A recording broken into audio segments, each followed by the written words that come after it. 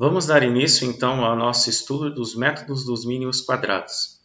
Professor Leandro Blas, disciplina de Cálculo Numérico, docente na Universidade Federal do Pampa, Unipampa, Campus Bagé. Já curte aí o vídeo, se inscreve no canal para ficar por dentro de todas as videoaulas. Bom, nessa parte então vamos trazer um pouquinho da introdução. Quando nós fizemos o método dos mínimos quadrados, geralmente queremos fazer a extrapolação do intervalo de tabelamento. Claro que temos geralmente erros em relação aos dados experimentais sobre a função que ajusta esses dados, como podemos ver na figura 1. Um exemplo genérico, quer dizer, para qualquer ponto e qualquer curva. Então temos a curva ajustada, os pontos experimentais são as bolas, as bolinhas, né?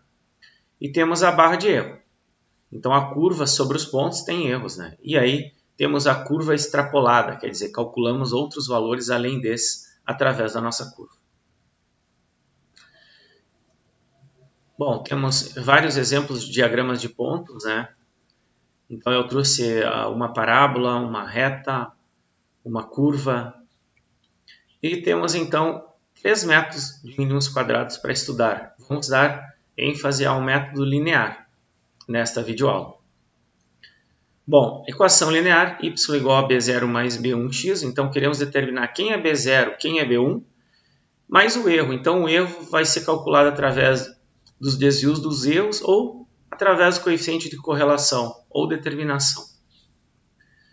Bom, as equações que minimizam, né, o problema não será dado ênfase de onde, né, resulta essas equações.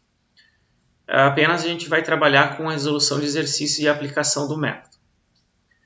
As equações escritas na forma matricial. Então vamos entender o que nós temos aqui. N é o número de pontos. Então vamos assim, x, o somatório de x. Então seria, nesse caso, x0, x1, x2, x3, x4, somatório de x ao quadrado. As variáveis que quiser determinar, b0 e b1. Somatório dos y, termos independentes, somatório de x vezes y1. Vamos analisar um exemplo prático para a gente conseguir, então, entender como que se faz o cálculo desse b0 e b1. Dada uma tabela de pontos, uma tabela qualquer de pontos, né? Considerei esses pontos, vamos, então, obter a nossa matriz e depois resolver o nosso polinômio, né? Na casa linear, né? Um monômio linear, encontrando b0 e b1. Bom, o nosso n é 5, né? Então começamos com i igual a 0. Bom, pessoal, aqui eu optei por começar com i igual a 0. Então teremos x0, x1, x2, x3 e x4. São esses valores aqui, né? x0, x1, x2, x3 e x4. y0, y1, y2, y3, y4. Através disso, fizemos então a nossa soma dos valores, né? x0 mais x1 mais x2 mais x3, assim como y0 mais y1.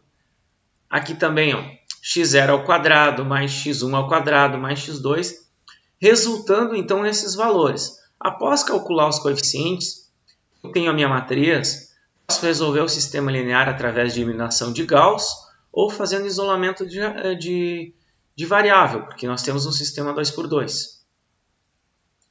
Porém, então, obtemos o valor B0 e o valor B1 e temos a segunda equação. Essa equação é a equação que ajusta os pontos. Eu fiz o ajuste também no Excel, né?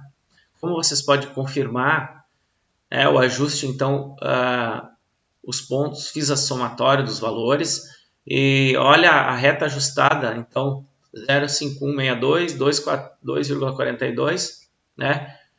Muito próximo, né? Nesse caso bem igual, mas aí só para mostrar para vocês que existe um erro, né? Esse erro entre os pontos, que é o erro das barrinhas que nós tivemos lá. Através do coeficiente de correlação, podemos dizer que os dados representam 73%, seria a precisão, né, da relação entre a variável x com a variável y. O que, para determinados problemas, seria, né, uma correlação, né, das variáveis baixa, vamos supor. Mas aí vai depender do problema. Então, como esse problema é apenas o problema para se tratar a forma didática, né, de se calcular, não vamos entrar nesses detalhes, apenas a aprender como se calcula e se usa o método. Então aqui tem algumas referências bibliográficas usadas para a elaboração dessa videoaula.